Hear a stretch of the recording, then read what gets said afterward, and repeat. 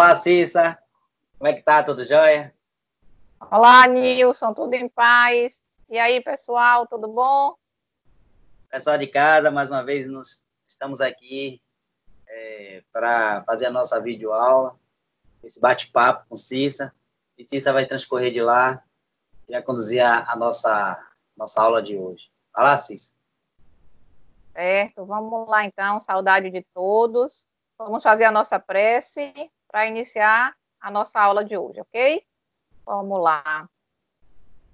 Pedir ao Mestre Jesus que seja sempre este nosso guia luminoso, que nos atrai ao bom caminho, ao caminho do nosso melhoramento, ao caminho do equilíbrio e da harmonia do nosso ser. Que a paz nos envolva a todos, hoje e sempre. Que assim seja. Que assim seja. Liga, Cissa, o que é que você manda aí para a gente hoje? Vamos lá, então. Vamos passar. A nossa aula hoje é sobre a avaliação da reunião mediúnica. Na apostila que vocês têm aí em mão, o tomo, né? Estudo e Prática da Mediunidade, que é o programa 2. Nós vamos estudar o módulo 1, roteiro 5, avaliação da reunião mediúnica. Então, qual a importância de avaliar a reunião mediúnica, né? Qual a importância de se avaliar? No tomo, ele começa dizendo o que é avaliar. E ele diz, avaliar é emitir um juízo, né? Um juízo de valor. Só que esse juízo tem que ser baseado no conhecimento, tem que ser fundamentado. Esse juízo só vai ter valor se ele estiver fundamentado em informações válidas e imparciais. Então, isso a gente vê lógico, né? Porque, por exemplo, eu não entendo nada de construção civil. Aí você constrói uma casa e me pede, Cissa, por favor, avalie aqui essa casa. Eu não sei, eu não tenho conhecimento para isso, né? E se eu for, digamos, eu conheço o pedreiro que construiu a casa, eu gosto dele, então eu vou dizer que a casa está ótima. Ou então, se eu não gosto do pedreiro, eu vou dizer que a casa está péssima. Aí eu estou sendo parcial, né? Aí eu não estou sendo imparcial. Então, uma das primeiras coisas para a gente avaliar é isso, é a gente ter conhecimento. E avaliar para quê? Para a gente melhorar. Não é essa a proposta da doutrina espírita sempre, a gente melhorar dia a dia? Então, a avaliação é esse meio de se melhorar. Né? A avaliação em si não é um fim, é um meio para que a gente melhore. Então, para a gente avaliar a reunião mediúnica, a gente tem que ter conhecimento o quê? A gente está baseado em quê? Na doutrina espírita. A gente vai focar nos aspectos doutrinários do trabalho, ok? Esse é um primeiro ponto para a gente ter uma noção da importância da avaliação. Você quer comentar alguma coisa dessa parte, Nilson? Eu entendi a sua colocação e eu concordo também. Quando nós não temos uma base daquilo que vamos avaliar, seja de qualquer assunto, ficamos perdidos, ficamos no achismo.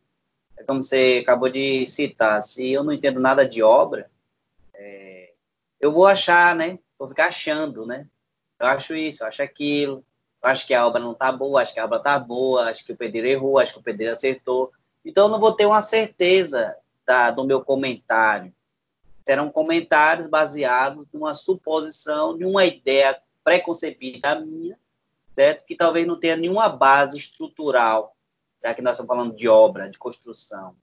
Voltando para o nosso lado espírita e da doutrina espírita, se eu não tiver um estudo, um acompanhamento, né, constante dos estudos, quando eu for fazer uma avaliação, que parâmetros é que eu vou medir essa avaliação? Como é que eu vou comparar? Quais são esses parâmetros? Então, precisamos ter uma base da doutrina espírita para, nesses momentos das avaliações, nós temos que ter um parâmetro, né? Que são o Kardec colocou ali para a gente. Ele tinha muitas formas de fazer suas avaliações das suas comunicações. E ainda tinha por cima, ele por trás dele tudo, Erasto, né? O Espírito Erasto, que vinha lá, né? E fechava junto com ele. Então, deixando bem claro um roteiro para nós fazermos as avaliações das reuniões mediúnicas. Perfeita a sua introdução. E é por aí que a gente tem que fazer. Primeiro tem que ter uma base mesmo doutrinária. Se tratando de espiritismo, né? Estamos falando aqui de doutrina espírita. Então, nossos padrões são através da doutrina espírita, que está alicerçada na codificação de Kardec, né, que é a doutrina, como a sua base filosófica, científica e de cunho religioso. Então, nossas avaliações das nossas reuniões mediúnicas, ela tem que ser, sim, ter essa diretriz, né, doutrinária, senão a gente vai ficar no achismo e aí, fatalmente, vamos nos perder. Perfeita a sua colocação aí para você. Isso, Nilson, ótimo complemento. E essa avaliação, ela é uma atividade que ela deve ser conduzida com união, fraternidade, né, entre um grupo amigo, e ser aceita pelo grupo sem melindres. Ele coloca aqui no tomo isso, e na verdade a gente vai avaliar o trabalho e não a pessoa. Então, como a gente tem que ter parâmetros, a gente tem que ter também uma crítica, né? Poxa, será que meus parâmetros estão realmente, eu estou bem fundamentado? Para a gente ouvir o outro também, ver se a gente está baseado naquilo que a gente conhece, porque às vezes, a depender da nossa personalidade, eu posso não conhecer muito uma coisa, achar que conheço demais, e aí querer fazer uma avaliação sem ainda ter a base aprofundada. Então, isso é importante que a gente esteja em grupo, porque um complementa o outro, né? Ninguém vai saber tudo, ninguém vai estar altamente preparado, mas um completa o outro. Isso é muito bom. Ok? Então, eu vou passar um slide aqui, depois eu vou passar a palavra para Nilson, porque nós vamos falar da finalidade dos benefícios da avaliação. Para que a gente avalia, né? Estamos comentando algumas coisas que vocês têm aí no tomo, tá? Então, esse slide aí, fins e benefícios da avaliação. Estimular uma reflexão crítica sobre as ações desencadeadas no trabalho ou atividade, permitem correção de rumos e melhoria de processos, desde que decisões efetivas sejam tomadas, auxílio mútuo numa equipe, se utilizada com responsabilidade. Então, aí, a cada tópico a gente pode comentar. Vou passar para você comentar primeiro, Nilson. Acredito, Cissa, que fins e benefícios da avaliação é só de enriquecimento para o grupo, né? Principalmente no momento que as reuniões começam, no princípio das reuniões, nos grupos inexperientes, é preciso sempre estar se avaliando o contexto geral. É como você colocou aí na sua observação, não é uma crítica, não é para condenar ninguém, não é para dizer está certo, está errado, é para avaliar os resultados, os benefícios, se está ocorrendo. Se a reunião mediúnica é para ter comunicações mediúnicas, nós aprendemos que as reuniões mediúnicas, elas estão ali, os médicos colocam à disposição para que haja um intercâmbio entre os dois planos da vida.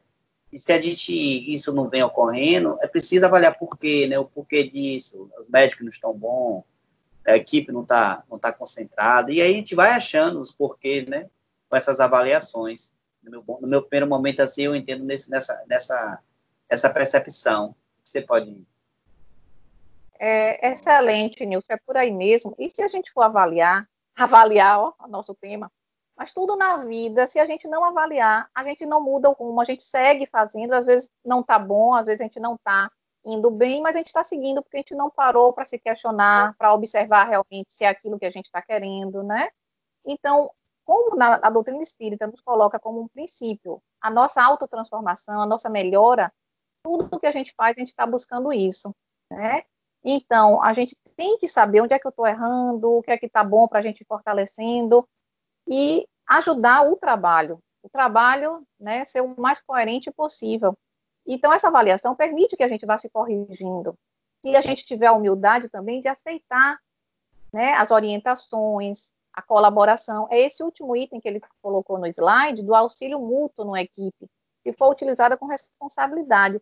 Se a gente fizer uma avaliação sem os melindres, né, acreditando que o outro está falando ali uma coisa para nos ajudar, está analisando apenas uma conduta e não a mim, né, a gente vai aproveitar muito, porque a gente vai se melhorar, a gente vai ver coisas que a gente não percebeu, que o outro percebeu, e a gente vai se corrigindo. Então, tudo isso colabora para o crescimento do trabalho. Não tem que ser estagnado, a gente tem que estar sempre vendo se estamos realmente coerentes, se estamos melhorando dia a dia, né? Estamos aqui para isso. Eu também, se eu percebo também, se a gente estiver fazendo comparações interessante nas avaliações, dentro de obras, existem pesquisas feitas, tipo as obras de André Luiz mesmo, ela pontua bastante equipes espirituais que acompanham reuniões mediúnicas, relatos que a gente vê, essas obras psicografadas por Chico Xavier, pela coletânea de André Luiz, que é espírito desencarnado.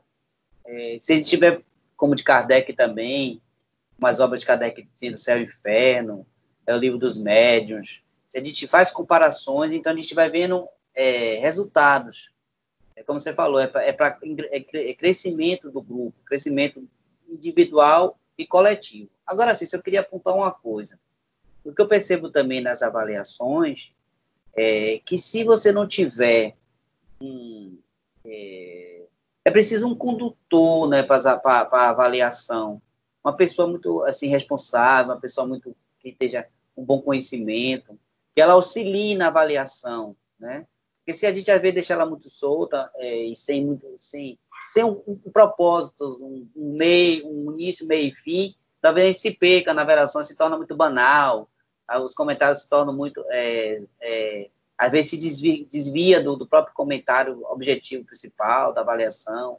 Então, também eu percebo que o benefício ser maior, é preciso que haja uma condução dela, uma condução salutar, né, com objetivos, propósitos, né, para ser alcançados. Nada rígido, não é nada rígido, não. Mas que você tenha um porquê fazer a avaliação, né? Parâmetros para poder fazer a avaliação. Preciso também, senão você faz a avaliação por falar, cada um fala uma coisa, e aí até desvirtua, cada um vai para um canto, fala uma coisa, e como você vai ver, só porque avaliou o quê? Quando você vai ver o benefício da avaliação, não tem nenhum, tá entendendo? Falou e não se diz nada, né? E não se avaliou um propósito maior. Acho que também não tem que ter esse critério também, no meu ponto de vista aqui. Né? Isso, tem sim. E esse é o papel do coordenador encarnado do grupo mediúnico, né? Ele tem esse papel, ele tem uma base, um conhecimento, ele está ali geralmente há muito tempo, ele tem orientação, tanto de encarnado como de desencarnado, para nos conduzir. É quem está, digamos assim, com a varinha na mão para conduzir aquele grupo, né? Então, ele vai orientando desde os iniciantes, tem participantes, às vezes, que já estão há muito tempo, alguns participantes que podem ter chegado um pouquinho depois, né, em outro processo, claro que sempre na harmonia do grupo, vindo dos estudos, todos os critérios de participação. Então, ele vai saber lidar com aquele iniciante que ainda tem umas dúvidas, né, que ainda não entende algumas coisas, aquele outro que já está tão antigo, que estudou mais, está entendendo mais, já se experimentou mais. Isso todos, né, toda a reunião mediúnica, não só os médiuns ostensivos, não. Todos os médiuns da reunião mediúnica de sustentação, passistas, doutrinadores, todo mundo, e o coordenador faz esse papel. É muito importante isso mesmo, para que a gente tenha uma linha diretriz, né, para seguir isso aí, certo?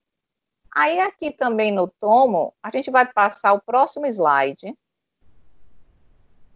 falando dos critérios de avaliação. Impessoalidade, autocrítica, esforço comum da equipe para funcionar como um todo coletivo e homogêneo, unidos como um feixe de varas, e análise das comunicações recebidas pelos médiuns. Então, comentando aí, a impessoalidade, a gente já fez um comentário de que a gente vai avaliar o trabalho, a conduta, e não a pessoa em si. Eu não estou avaliando, né, a pessoa, eu estou avaliando o nosso trabalho, a conduta, a participação ali, o que ocorreu, né? A autocrítica também é importante, porque eu preciso eu mesma me analisar, né? Como o Nilson estava falando aí, o porquê de avaliar, no próprio tomo ele vai falar o que a gente avaliar. A gente vai avaliar a si mesmo, a gente vai avaliar a conduta do outro e vamos ouvir o que o outro avalia de nós. Então, isso vai trazer o crescimento. Nesse próximo tópico aí, o esforço comum da equipe para funcionar como um todo coletivo e homogêneo. E aí ele cita o feixe de varas, né, bem conhecido da gente. Uma vara sozinha é fácil de quebrar. 2 também dá para quebrar. 3 fica mais difícil.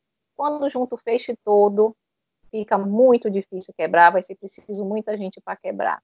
Então, o objetivo é esse, a gente homogeneizar pensamentos, sentimentos, condutas, tudo com uma base, né, fundamentado. E essa análise das comunicações recebidas, né, na nossa reunião, que também é importante para a gente aprender, a gente saber distinguir e também aprender muito com elas. A gente vai comentar um pouquinho depois. Desses critérios de avaliação, Nilson, você quer acrescentar alguma coisa? Sim, gostaria de completar aqui, Cissa. Às vezes, nós temos nas reuniões mediúnicas alguns médios que são mais experientes, e eles, às vezes, colocam as suas experiências, essa imparcialidade, né? E, às vezes, as pessoas confundem a experiência do médico, talvez, com um exibicionismo, uma questão de o médico estar querendo ser melhor do que o outro. E se a equipe não tiver com essa homogeneidade, esse feixe, como você colocou aí, Kardec pontua bastante, cria realmente esses ciúmes, né? E essa má interpretação do médium que quer, muitas vezes, ajudar, e quer dar uma experiência, quer falar de uma situação que ele percebeu na reunião mediúnica. E se o grupo não tiver muito homogêneo, não tiver com esse foco de se autossustentar, de se autoavaliar, essa autoavaliação, isso cria os milindres dentro das reuniões mediúnicas. Porque a mediunidade, ela é muito individual. Cada médium possui uma característica. O médium não é igual ao outro. Existe a personalidade do médium ali que controla a sua mediunidade, que vai dar a característica da sua mediunidade. Então, cada médium ele vai agir de uma forma numa reunião mediúnica. Por isso, os doutrinadores, os facilitadores e os coordenadores de reunião mediúnica, ele tem que estudar muito sobre mediunidade, porque ele não vai poder tratar todos os médiuns iguais. O fenômeno mediúnico, ele é parecido, a sua mecânica, o seu mecanismo, ele praticamente deve ser iguais, porque é uma predisposição orgânica, a sensibilidade do médium e a percepção do outro plano. Mas essa sensibilidade e essa predisposição varia nos médios, né? Então, a gente tem que estar muito atento com isso, nessas avaliações, principalmente pessoais, né? Fazer essa autocrítica também, o próprio médium, ele está sempre se autoavaliando as suas comunicações, as suas tintas anímicas, né? Do seu personalismo. Divaldo fala muito sobre isso. Então, é uma pessoa muito rígida na sua conduta, muito endurecida nos seus pontos de vista, isso vai influenciar muito na reunião mediúnica, muito nas suas comunicações. Então, é preciso que o doutrinador, o esclarecedor, o dirigente da reunião mediúnica tem que estar bastante atento. Não que isso venha denegrir a imagem do médium, mas com o tempo ele vai ali trabalhando esse médium, conversando com esse médium, e vai diminuindo essa instinto anímica, esse personalismo do médium, e vai surgindo mais o fenômeno mediúnico. E nessa avaliação do contexto geral, isso é de fundamental importância, porque o médium pontua uma coisa, o outro pontua outra, e a gente vai vendo os fenômenos mediúnicos realmente surgir na reunião mediúnica. Hoje eu percebi isso também, eu também tive essa sensibilidade, eu tive essa evidência, eu tive essa intuição, então isso vai generalizando realmente estamos dentro do contexto. Que o médium, por mais que ele esteja em um grau de percepção, ele sempre vai perceber alguma coisa, então você não se percebe nada, não se fala nada, cada um fala uma coisa diferente, é preciso avaliar essa questão, né? Aí vem a avaliação profunda disso, né? É preciso avaliar. É isso aí. Valeu. Com certeza, e é preciso ter um autoconhecimento, né, gente? Esse trabalho nosso de autoconhecer, porque eu sou dentro da reunião mediúnica o que eu sou, né? Vai aparecer o que eu sou, as minhas características pessoais vão aparecer ali. E essa questão que chama muita atenção, do não melindre, da gente ter aquela certeza que a gente está ali para crescer com todos, porque nós somos humanos, e é muito fácil a gente se magoar, a gente achar que o outro está falando alguma coisa ruim, entre aspas, da gente, né?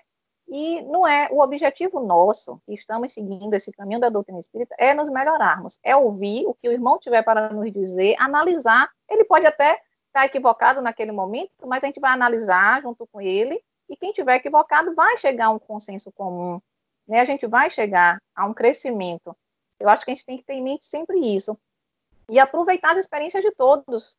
Tem um médium mais experiente que nos fala alguma coisa, eu já vou me espelhando, vendo como é mais ou menos esse processo, vendo se eu estou coerente também ou não. Claro que as percepções são de maneiras diferentes, né? mas elas guardam uma coerência, geralmente.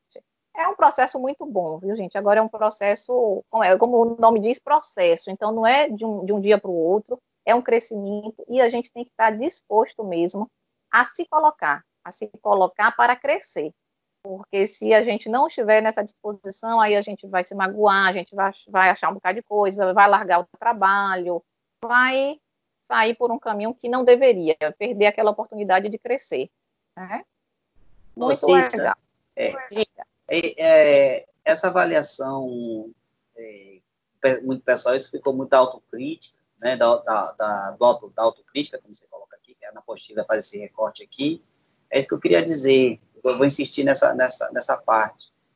O médium, quando ele descobre que ele tem as suas potencialidades mediúnicas, certamente ela está no início de um afloramento, de uma educação, de um direcionamento, e fatalmente ela deve estar na mão de espíritos inferiores, de seus afins, naqueles primeiros momentos, e com a sua evangelização, com a sua transformação, com a sua reforma íntima, com a aproximação do conhecimento espírita, ele vai direcionando melhor essa mediunidade.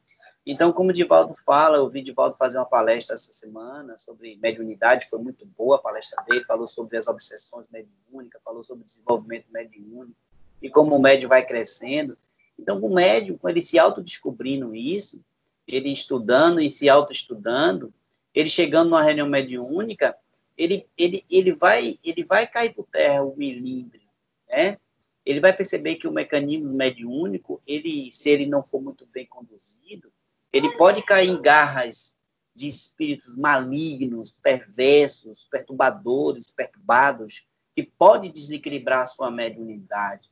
Então, o grupo mediúnico tem que ser uma família onde pessoas se respeitam, onde pessoas se amam, onde pessoas entendem que ali é um processo de crescimento coletivo e individual. Então, se uma avaliação de uma reunião mediúnica, as pessoas não conseguem se aturar porque existe um comentário que machucou, que magoou, eu acho que essa reunião mediúnica, ela já caiu por terra, ela já não existe mais. Então, é preciso, sim, que um grupo mediúnico comece numa base onde as pessoas comecem estudando juntas, né, no beabá ali, vai crescendo junto, até chegar num grupo mediúnico, que vão chegar pessoas que se respeitam, que se amam, certo? Que passaram pela mesma frieza, pela mesma dor, que passaram pelas mesmas dificuldades no estudo de entendimento, de compreensão. Então, eu percebo que com esse tempo que eu estou no afastamento e sou trabalhador de uma reunião mediúnica, quanto a gente perdeu esse endereço, né? Como a gente nos afastou disso, né? Como as pessoas começaram a se melindrar por demais, demasiadamente, né? Os comentários começaram a passar a ser mais ríspidos também. Então, acho que a avaliação, esse critério de avaliação, ela tem que partir desse princípio do amor, né? Do respeito mútuo, entendeu? Se a gente não tiver isso, na reunião mediúnica, é melhor nem começar, porque a gente está correndo graves riscos ali de espíritos que possam nos enganar e a nossa reencarnação se tornar ela muito, muito dolorosa para a gente, principalmente para os médicos. Isso mesmo. E o que faz a gente cair é o nosso orgulho, né? Principalmente o nosso orgulho. E é por isso que sempre a gente é alertado da amizade que deve existir entre o grupo, o elo de amor. Porque um amigo, a gente conhece, a gente entende a maneira de falar do amigo e a gente não se magoa com a maneira de falar do amigo. A gente perdoa rapidamente um amigo, a gente sabe quando o amigo está irritado, falou uma besteira que estava irritado ou não. E então, quando a gente tem esse elo de amizade e gosta, tudo flui mais fácil. Quando a gente não tem esse elo, a gente pode observar na vida normal da gente. Um amigo da gente pode fazer uma coisa erradíssima, a gente perdoa rapidinho. Ah, coitado, ele não pensou direito. Se uma pessoa que a gente não gosta faz uma coisa que está até certa, mas o cabelo saiu do lugar, a gente, eita, que aquela pessoa foi fazer isso ou sem pentear o cabelo, e a gente não perdoa. Né? É uma característica nossa, então por isso essa importância, nós temos que ser amigos, eu tenho que entender que o outro pode falar uma besteira uma hora, pode estar um pouco irritado em outra hora, porque aí eu não vou me melindrar, né? E vou aceitar melhor até as coisas que, poxa, às vezes eu sou muito orgulhosa e não aceito que me digam que está errado, mas se vem de um amigo, a energia, né, entra mais fácil, poxa, eu não queria aceitar isso não, mas é meu amigo que está falando, então é para o meu bem, deixa eu avaliar aqui o que foi mesmo que ele falou, né, e diluir qualquer mágoa. Então, esse elo, esse feixe de homogeneidade de sentimentos, corações unidos, isso é o que vai dar força para a espiritualidade superior agir através do grupo, auxiliando todos aqueles espíritos que estão sofrendo, auxiliando a gente mesmo, e auxiliando tudo, fortalecendo o trabalho para seguir, né? É isso. Para encerrar esse tópico aqui, como você colocou perfeito, a base do estudo, ela só vai complementar esse elo de amizade, de respeito pelo... Porque você tendo um estudo e esse respeito, a gente vai saber até no elogio, no momento de um elogio, ele está falando muito do negativo, do que tá, do erro, né? Mas quando vai ver até o acerto, a gente perfeito, a gente não vai se minidrar, não vai se exaltar, vai aceitar o acerto, aceitar como uma conquista do grupo, entendeu? Então, perfeito, você falou, mais que a gente estude, leia os livros, mas se não tiver esse respeito aí, esse carinho pelo outro, não adianta de nada, não adianta de nada. Nilson, a gente falou muito do erro, eu estou lembrando aqui de Haroldo Dutra, porque ele diz assim que a pior dor do ser humano, a pior coisa para o ser humano é descobrir que está errado. E é mesmo, a gente sabe, nós somos humanos, não é fácil dizer, poxa, estava errado mesmo, né? Mas é um trabalho nosso, a gente está aqui para isso. Ele relata aquela passagem de Paulo de Tarso, como Paulo não se sentiu quando viu Jesus e viu que ele estava totalmente errado. Ele estava perseguindo os cristãos, ele estava sem acreditar em Jesus, de repente Jesus aparece na frente dele, né, mostrando que é aquela luz toda. Então, Paulo, poxa, estava totalmente errado. É uma dor danada, gente. Mas como Paulo de Tarso não se prendeu na dor do erro, foi se consertar. É esse o exemplo, né? É para isso que a gente está aqui, para se consertar. Bora lá. Vamos lá. No próximo slide, a partir do próximo slide, a gente vai avaliar uns indicadores, que o tomo, o programa 2 aqui, coloca alguns indicadores da avaliação da prática mediúnica séria. Tem alguns que estão em slides, outros não. Vocês vão ver que na apostila tem mais alguns, mas a gente vai comentar uns para fortalecer as nossas reflexões. Então, próximo slide. Indicadores de avaliação da prática mediúnica séria. Tem base na orientação espírita existente nas obras editadas por Allan Kardec e nas complementares a esta, de autores fiéis à codificação, assim como nos preceitos morais do Evangelho de Jesus. Então, a primeira coisa que ele coloca aqui, para a gente ver se a prática mediúnica está séria, é o quê? Se ela está baseada na orientação espírita das obras editadas por Kardec, né? Já vimos isso, a nossa base. E das obras complementares que estão fiéis à codificação, certo? E os preceitos morais do Evangelho de Jesus.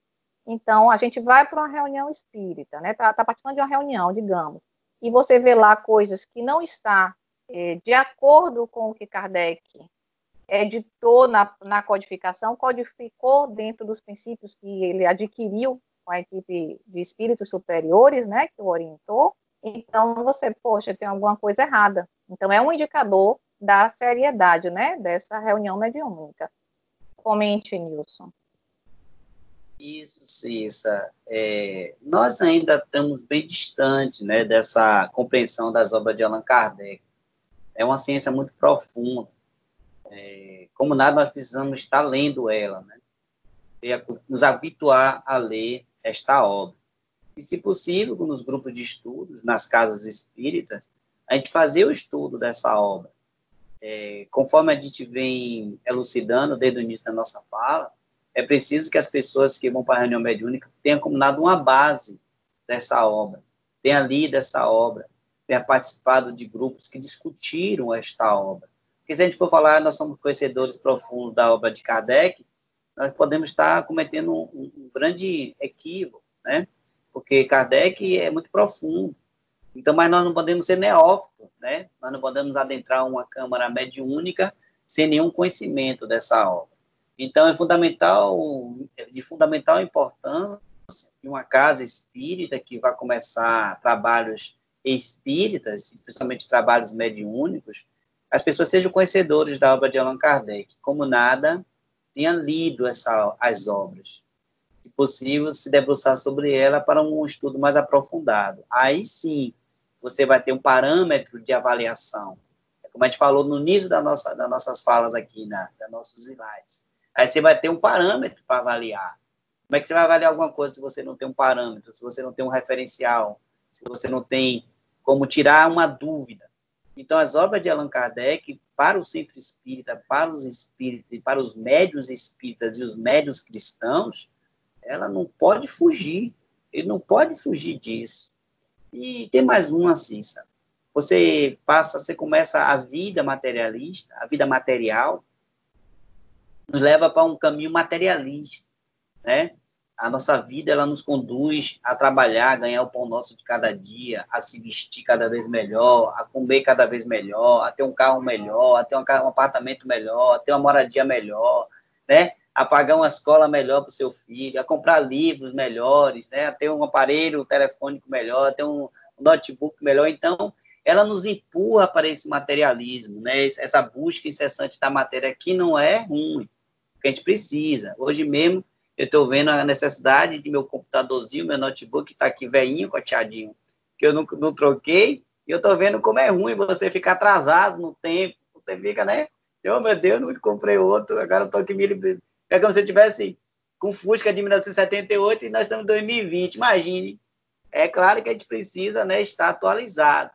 Mas e aí, o que acontece? Nós nos afastamos dessa evangelização, dessa humanização, desse amor de conjunto, criamos um mecanismo, né, fazendo tudo maquinal, mecânico, entramos na reunião mediúnica.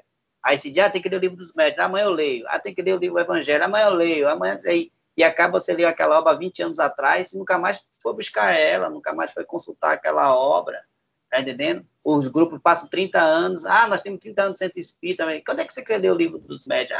Em 1940, meu Deus, quase 50 anos. Então, é preciso que a gente esteja ali consultando, e principalmente os médiuns.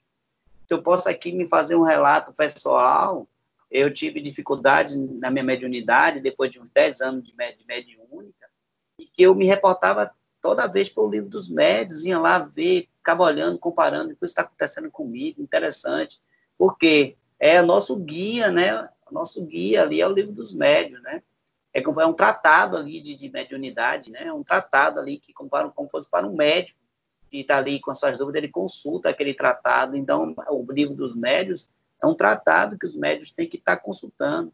E aí, o que acontece? Quando ele está vivenciando aquilo, aquela dificuldade ou aquele acerto, ele vai ao livro dos médiuns, ele tem uma referência, ele, poxa, interessante, está aqui, é o que está passando comigo. Então, é de fundamental importância, tanto o conjunto, como os próprios médiuns estarem, sim, debruçados sobre essa obra, não se afastar dela, porque ele se afastando dessa obra, principalmente do Evangelho e do livro dos médiuns, ele vai fatalmente cair nesse mundo materialista e fazer tudo maquinal, e quando ele viesse a perceber, talvez seja tarde demais. Perfeito, Nilson. Eu complemento uma coisa aí. Essa nossa vontade de crescer materialmente, ela tem que se refletir espiritualmente. Eu tenho que ter essa vontade também de crescer espiritualmente, né? Eu não quero uma casa melhor, então eu quero também bases espirituais melhores, eu quero um trabalho melhor, eu quero me melhorar para servir mais, certo?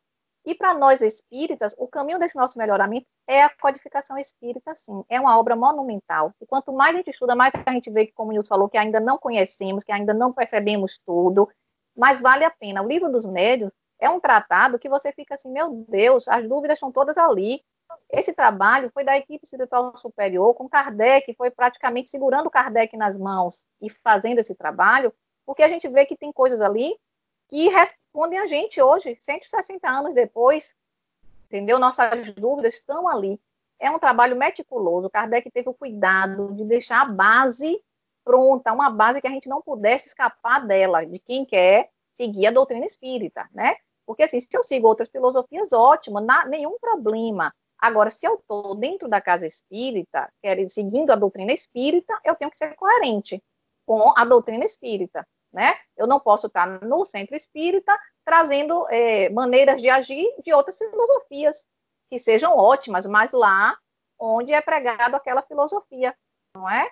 Então, isso tudo, em qualquer outra filosofia, a gente também não vai levar as nossas práticas para outra filosofia, cada um no seu cada qual, todas com seu valor, mas coerência é uma coisa que a gente precisa ter, né? Eu acho que Jesus demonstrou a gente foi coerência no pensar, no agir, no falar, no ser. Então, a gente ainda não é coerente desse jeito, mas estamos buscando, certo? Ô, Cissa, e também eu percebo também como uma coisa é simples, né? Ela é profunda e simples ao mesmo tempo.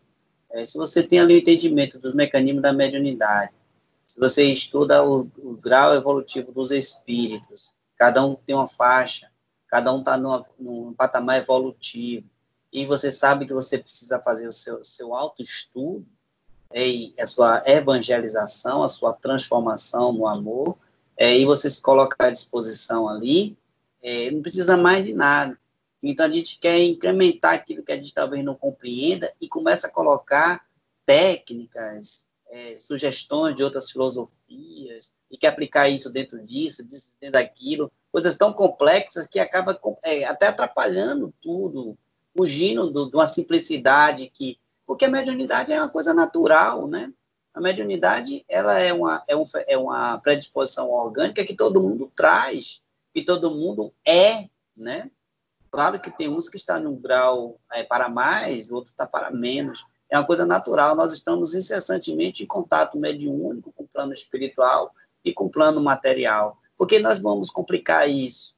O que é a reunião mediúnica? É um momento de concentração onde você vai se deslocar de um parâmetro de vida, que é o parâmetro que você está lá fora, no cotidiano, no contato incessante com o espírito desencarnado, com o espírito encarnado, e naquele momento você vai se colocar à disposição de uma equipe maior, né, com o propósito de fazer a caridade, no propósito de uma reunião mediúnica de socorro espiritual, né, atender espíritos que estão naquele momento desequilibrados, no momento do seu desencarne, que ainda não se encontra situado no plano espiritual, aquilo que nós chamamos de choque anímico. Em outros momentos, nós vamos nos colocar à disposição para um trabalho mais profundo, que nós chamamos de desobsessões, quando a equipe espiritual se acha necessário, ou aqueles espíritos que estão devidamente preparados para passar por aquela experiência desobsessiva. Então, o que a gente quer complicar com isso, aplicando outras técnicas dentro de uma reunião mediúnica? Por que nós queremos inventar algo a mais do que isso dentro de uma reunião mediúnica? Então, é preciso um estudo da obra de Kardec para perceber que Kardec não inventou nada. Kardec só foi um observador. Kardec foi apenas aquele instrumento que trouxe as informações que eram trazidas pelo mundo espiritual para o mundo material, e ele foi aquele médium do lápis, que psicografou de uma forma indireta as respostas que eram dadas através dos médiuns. Então, nós queremos inventar uma nova cultura dentro de uma base que foi feita por espíritos iluminados, Illuminati do universo. Então, é muita grandeza para muita pequenez nossa. Então, a gente precisa nos colocar em nosso lugar, entendeu? Acho que é necessário. Exatamente. E assim, como você falou, a gente pode começar, a gente não tem o entendimento todo ainda, né? A gente não conhece a doutrina espírita a fundo. Mas o que é que importa? A nossa sinceridade e o esforço de melhorar. Porque a gente vai estudando, aí a gente percebe que tem um erro, a gente corrige. A gente corrige. E outra coisa, nessa sinceridade, nesse esforço, a gente atrai para nós a ajuda dos espíritos superiores responsáveis pelo aquele grupo, que querem trabalhar com aquele grupo, eles estão ali. Se a gente tem sinceridade no coração e se esforça, vai chegando as orientações intuitivamente, ostensivamente, como foi, a gente vai percebendo os erros, vai crescendo, vai comparando se as orientações dadas estão coerentes, e aí a gente vai. Aliás, os espíritos superiores, um pouquinho mais elevados que a gente, eles pedem sempre, avaliem a conduta de vocês, né? Tudo que for dito aqui, vá avaliar e veja a coerência. Então, nisso eles vão ajudando a gente até na clareza mental na hora de pensar, que muitas vezes a gente pensa que está pensando sozinho, eureka, descobri isso. Você foi altamente intuído a entender aquilo ali, porque você estava se esforçando no bem. Então, você atraiu essa ajuda. Então, por isso, essa importância da gente estudar e ter a humildade. Poxa, erramos, né? Estávamos fazendo errado, bora mudar, porque a gente estava fazendo errado. Isso é um processo maravilhoso, né? De estar mudando, sempre evoluindo, crescendo. A gente ainda vai mudar muito, gente. A gente tem que mudar, né? Um bocado. Vamos lá, mudar para melhor. Vamos lá. Próximo slide. Continuando, indicadores da avaliação da prática mediúnica séria. há sigilo quanto ao conteúdo das comunicações mediúnicas relacionadas a pessoas conhecidas ou não do grupo, evitando-se manifestação de curiosidade. Há conscientização de que os acontecimentos ocorridos durante a reunião mediúnica não devem ser comentados com pessoas estranhas ao trabalho. Isso aí exige uma maturidade da gente, né, para ter um respeito a tudo que ali acontece, um respeito a todas as pessoas envolvidas, estejam presentes ou não, para que tenhamos esse sigilo, esse respeito, esse amor e a consciência de que a gente não deve estar comentando as coisas da reunião mediúnica fora, né, com pessoas que não tenham estranhas ao trabalho. Fale, Nilson. A gente tem que ter o respeito, muitas vezes, não todos os espíritos que ali chegam, mas a maioria dos irmãos que ali é trazido para as reuniões mediúnicas, eles chegam com muitas dores, né? Às vezes físicas, às vezes morais, né? São pessoas, entes queridos, que muitas vezes a gente nem sabe que são entes queridos nossos, que estão sendo ali atendidos, parentes longínquos de outras reencarnações, amigos que desencarnaram e a gente não sabe nem quem é. Então, é uma caridade a gente evitar esses comentários em outros grupos mediúnicos, pessoas alheias a essas reuniões. Então, um trabalho de disciplina mental também, né? É bom também não ficar emanando esses pensamentos, que muitas vezes atinge até a entidade espiritual, aquele irmão que foi atendido, se você estiver ali muito focado, fazendo um comentário, comentando com outras pessoas, pode alcançar esses espíritos e perturbá-los ainda mais. Então, tem que ter muito cuidado mesmo, muito critério para não levar essas comunicações para fora da reunião mediúnica. É muito importante isso também, muito importante. Exatamente. Comentamos ali no estudo, na avaliação, como estamos vendo, né? E depois o ideal é que a gente esqueça mesmo, até mentalmente, para que a gente não prejudique o caminhar dos trabalhos. E outra coisa que é importante alertar quem está chegando, muitas vezes, como o Nilson falou, a gente atende alguns amigos que a gente não sabe quem é, porque a espiritualidade, por misericórdia, né, e pelo respeito, deixa no anonimato, mas muitas vezes a gente pode ter uma consciência de quem se tratam as pessoas relacionadas no caso, tá certo? Às vezes é uma pessoa conhecida nossa, que está se tratando na casa, ou está passando algum processo, e isso é fundamental que a gente tenha essa maturidade de não ficar com a curiosidade, ai meu Deus, é fulano, e eu quero saber o que é isso. Isso não, é um irmão que precisa de ajuda como qualquer outro, né? Impessoal. Pode ser você também, do mesmo jeito que a gente está vendo ali a história do outro. Então, ter esse amor, né, nessa condução da história. É a história de todos nós, aliás, a história da humanidade. Ô, Cissa, para deixar assim, para um esclarecimento para os médios, principalmente os médios que estão iniciando, o que ocorre com o médium depois que ele sai de uma reunião mediúnica? Sempre existe assim, um tato fluídico com o espírito desencarnado, você assimila aquela energia que ele traz no seu perispírito. Então, você assimila um pouco daquela energia e você doa da sua energia salutar para ele, aquilo que nós chamamos de choque anímico, né? Trazendo para ele como se fosse um bálsamo curativo, né? Então, você fica com um pouco daquela energia. Onde é que essa energia é dissipada? Tanto na sala mediúnica, no decorrer da reunião mediúnica, e quando ele sai da sala mediúnica, que ele entra na outra câmara de avaliação, naquela avaliação também é feito ali o desencharcamento perispirítico dessas energias que ele retirou, assim, possamos assim dizer, do outro espírito, dessa ajuda que ele dá. Mas muitas vezes o tratamento, o atendimento é uma entidade que estava muito necessitada, ela estava muito tempo no plano espiritual, e ela traz aquela energia, dizendo assim, pesada, e então fica um pouco retido no perispírito do médium.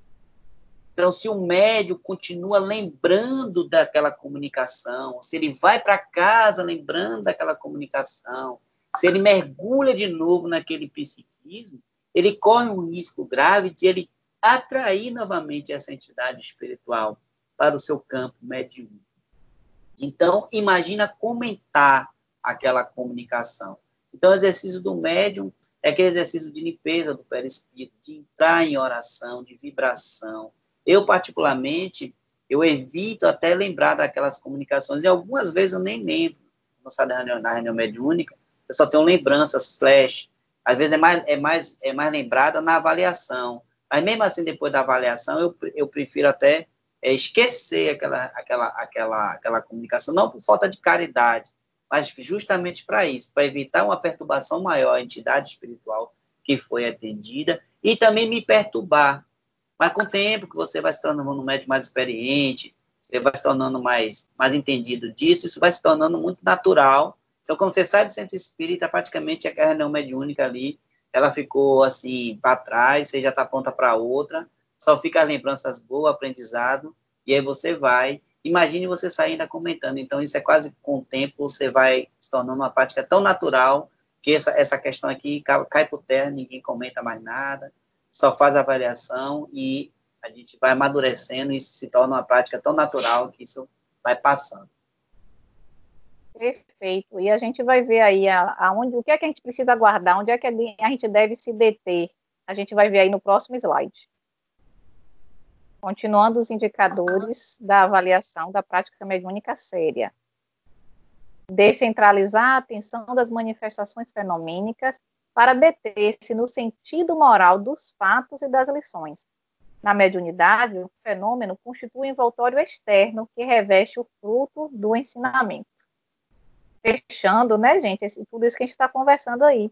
Então, quer dizer, o fenômeno ele é válido pela lição que ele nos traz, pelo sentido moral daquele fato, pelo que a gente pode tirar de aproveitamento, né? Aliás, os irmãos estão ali justamente para isso, para nos mostrar seu exemplo para que a gente cresça, não é?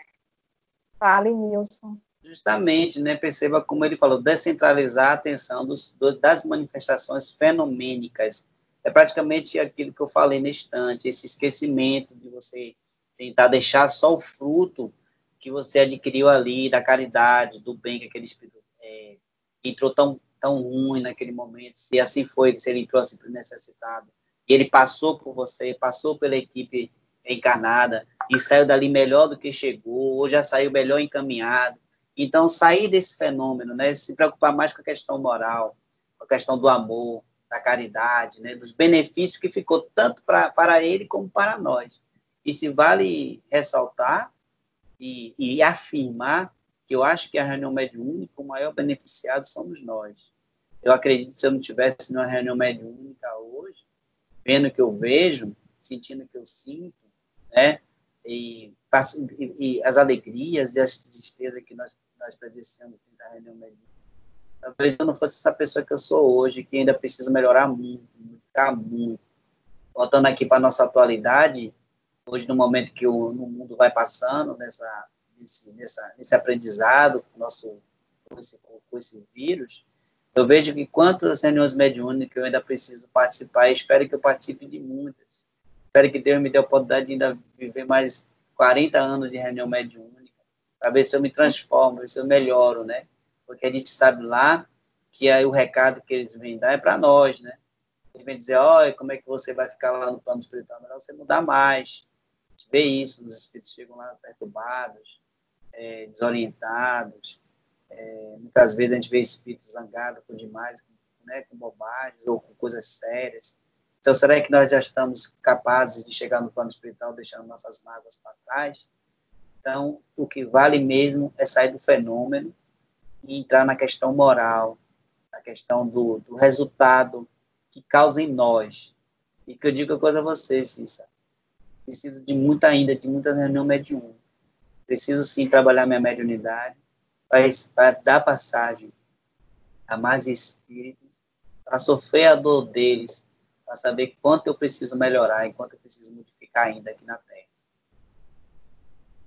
É isso, pelos estudos, né, que eu tenho feito e pela vivência também, eu também chego a essa conclusão. Os espíritos nos prestam a caridade, nos deixando participar das reuniões mediúnicas, fazendo reuniões mediúnicas com a gente, porque eu também sou a maior beneficiada ali dentro, não tenho dúvida, não. E essa questão que a gente está falando, né, de ver a lição, os fatos morais, porque muita gente quer chegar na reunião mediúnica pelo fenômeno, né? A gente vê muitas pessoas que estão entrando na doutrina espírita e já querem ir para a reunião mediúnica pelo fenômeno em si. Então, é preciso que a gente veja a seriedade do fenômeno. O fenômeno é o meio pelo qual vai vir essas lições para a gente, essas lições gravíssimas, seríssimas, de suma importância para o nosso crescimento. Muito bom mesmo. Nós vamos passar ao próximo slide, que é o nosso último tópico que eu destaquei, para que a gente comente rapidamente. Indicadores de avaliação da prática mediúnica séria. Analisam-se e organizam-se as mensagens transmitidas pelos espíritos orientadores, divulgando-as apenas com o aval da direção da Casa Espírita. Kardec aconselha submeter todas as comunicações a um exame escrupuloso, percrustando e analisando suas ideias e expressões, como fazemos quando se trata de julgar uma obra literária, rejeitando, sem hesitação, tudo que for contrário à lógica e ao bom senso, tudo o que desminta o caráter do espírito que supomos esteja se manifestando. Essa questão do critério da divulgação, né, apenas depois de avaliações, exame escrupuloso, da avaliação da direção da casa, é importantíssima e está muito pertinente hoje, né? Porque a gente vê várias comunicações aí sendo divulgadas o tempo todo, nessa atual circunstância que o planeta está passando, com as mais diversas informações. E será que estão sendo avaliadas? Será que está passando por um exame escrupuloso, né? Então, na dúvida de se realmente passaram, façamos nós que recebemos esse exame escrupuloso, certo? Nilson, faça seu comentário. Percebe-se isso aqui nessa questão da avaliação e a divulgação das mensagens. É preciso ter muito critério, porque como você colocou aí, as pessoas recebem, porque assim, nós não queremos descredenciar médium algum, não queremos descredenciar casa espírita nenhuma, nós não queremos descredenciar espírito nenhum, mas é preciso ver. Dona Joana, assim, diz que a verdade ela tem que ser dita com carinho, né? Se você pega um diamante e joga na face de uma pessoa, esse diamante ele vai machucar, né? Mas se você embrulha esse diamante, bota uma caixinha bonitinha, você dá a pessoa vai se deslumbrar com o diamante. Quem não quer receber um diamante, né? Uma pedra preciosa, mas bem embrulhada, bem, né? Se você pega e joga na face da pessoa, ela dói, vai machucar. Então, esse diamante vai ser rejeitado.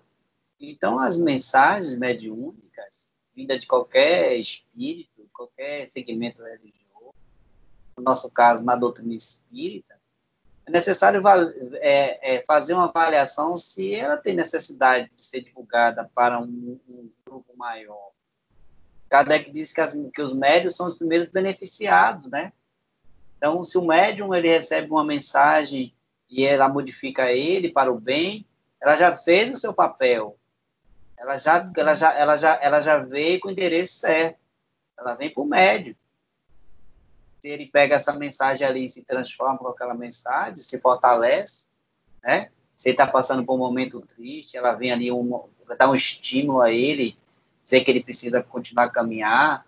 Se a sua casa espírita está passando por um momento difícil, e vê uma mensagem ali de estímulo, de trabalho, de diretriz para aquela casa espírita, e a mensagem faz com que a casa espírita ela caminhe, ela já fez seu papel.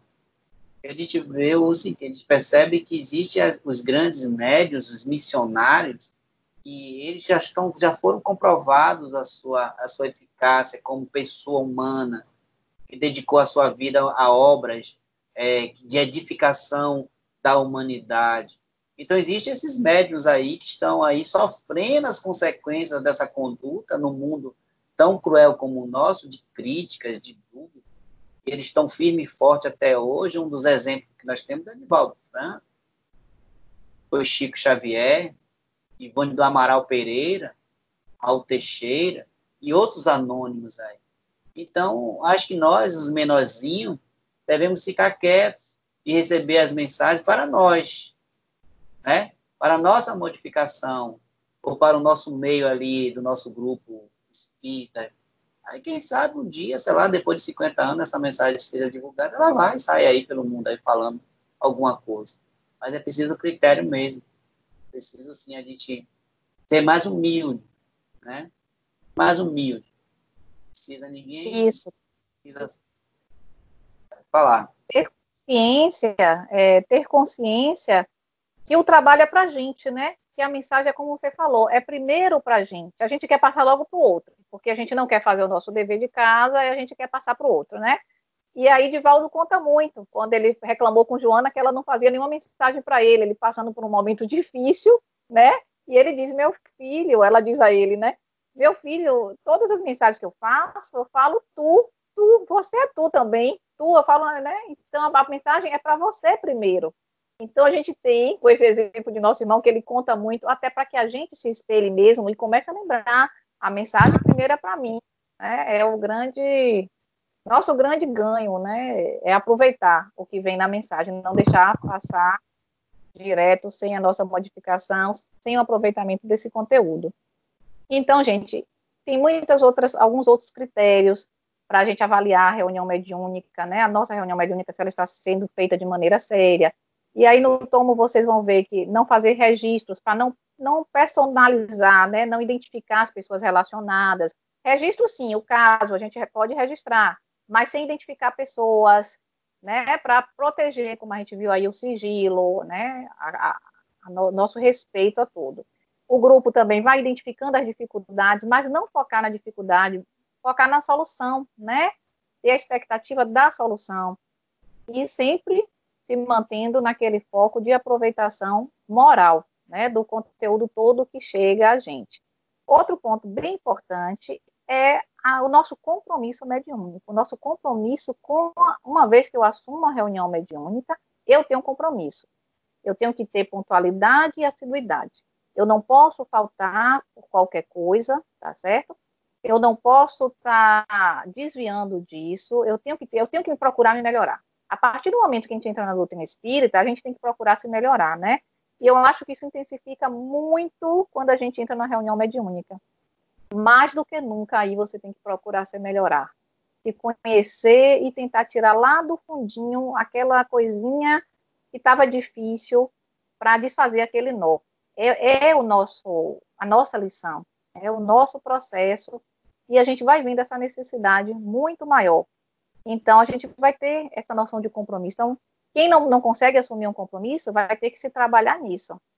Quem não consegue, né, assumir de verdade, largar outras coisas, quem não consegue abrir mão de algumas coisas ainda, vai ter que treinar isso, porque é importante, por mais que na nossa vida material nos chame, e a gente ainda vai ter a desculpa, mas a vida social me chama para isso, me chama para aquilo, ótimo, você vai ter que decidir, porque o compromisso é sério e exige da gente, sim, muitas vezes, abnegação, renúncia de muita coisa e dedicação, e a gente fica disposto a fazer tudo isso, a renunciar, a realmente se dedicar, quando a gente vai se conscientizando da importância, quando a gente vai deixando que o conhecimento adentre realmente, nos modifique, e a gente vê que realmente é aquilo que a gente quer, é aquilo que está nos fazendo crescer.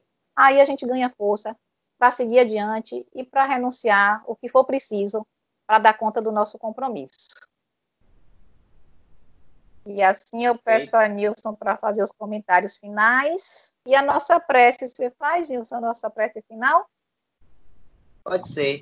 Ô, Cissa, para encerrar a minha fala, diga, nosso trabalho de hoje, é muito salutar um bate-papo como esse. Nós queremos deixar claro que nós não estamos aqui sendo referência para ninguém. Nós estamos apenas comentando em cima de uma base, de uma doutrina que é profunda, né? E que nós precisamos aprender muito, muito, muito ainda. Foram pequenas pinceladas de nossas pequenas experiências, e que nós precisamos muito, muito, muito de aprendizado, de mais experiência, mais modificação, de transformação pessoal. Se deu para ajudar aí as pessoas que vão se debruçar sobre essa apostila, sobre esse estudo, eu fico grato. Se quiser deixar seus feedback aí, mandar uma mensagem de que foi dito que não concorda, que concorda, nós estamos aqui para melhor esclarecimento. Então, é isso aí. Acho que valeu. Obrigado por essa oportunidade. Me perdoe aí pelos meus lapsos, né? Mas estamos aqui para ajudar e ser ajudado, né? E ser ajudado. Isso aí. Ô, Nilson, deixa eu falar só uma coisa. Se a gente puder ser referência de alguma coisa, que a gente seja referência de pessoas conscientes de que precisam melhorar muito e de que estão se esforçando, querendo mesmo muita ajuda para melhorar muito. Essa é a referência que a gente quer. Porque se a gente puder estimular alguém também a querer se melhorar, é um impulso para a nossa caminhada também. Então, a gente tem consciência do quanto ainda precisa caminhar, do quanto precisa crescer, mas a gente sabe que é muito ajudado, que tem como crescer, que as ferramentas estão aí, e não estamos sozinhos no caminho. Então, se a gente puder ser referência, que seja disso, pessoas que estão querendo se melhorar a muito custo, viu, gente? A muito custo, porque no nosso grau de inferioridade é difícil mesmo, mas é por isso que é bom, que é desafiador, e é por isso que Jesus nos espera pacientemente. Vamos orar? Vamos. Mestre Jesus, agradecemos ao Senhor por essa oportunidade que você nos dá. Agradecemos por ter conhecido o seu Evangelho, por ter conhecido a doutrina espírita, por ter tocado a nossa vida, sabedores que somos ainda das nossas inferioridades e imperfeições. Nós ficamos gratos, Senhor, pelo Senhor nos aceitar como somos. Nós temos a certeza que se faz necessário uma mudança íntima, pessoal, e que faz necessário que caminhemos e não fiquemos parados. Abençoe a nossa humilde casa, nossos grupos de estudo do NEPOM. Abençoa, Senhor, a nossa família universal, nossos irmãos. Que o Senhor nos abençoe e nos guarde, hoje e sempre. Que assim seja. É assim.